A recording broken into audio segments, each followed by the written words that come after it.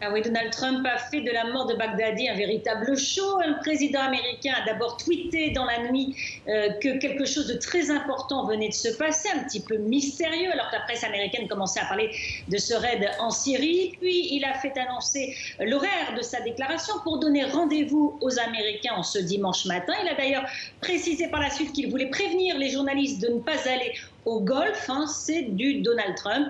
Et puis, dans sa déclaration, il a utilisé des mots très forts, dans la lignée de la narrative des présidents américains. Baghdadi est mort comme un lâche, comme un chien, comme un animal. Et la Maison-Blanche a diffusé des photos de la Situation Room.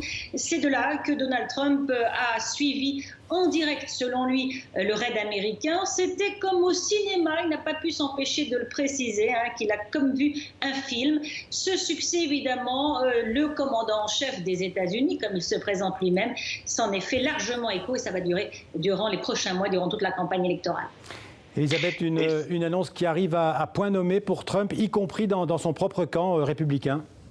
Oui, Donald Trump avait besoin de rebondir, lui qui est menacé d'une procédure d'impeachment. Les démocrates avancent vite dans leur enquête en vue de sa destitution. Le président américain commence à perdre le soutien de certains élus républicains au Congrès après sa décision de retirer les soldats américains de Syrie, de laisser les Kurdes seuls face à l'offensive turque.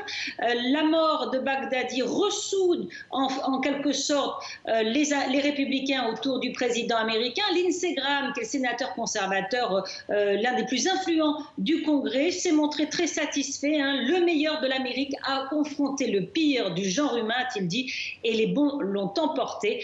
C'est ce que reprend le camp conservateur aujourd'hui. Côté démocrate, évidemment, on souligne que c'est d'abord un succès des forces spéciales américaines et des renseignements américains qui, eux, ont été si souvent attaqués par Donald Trump. Merci Elisabeth. Alors,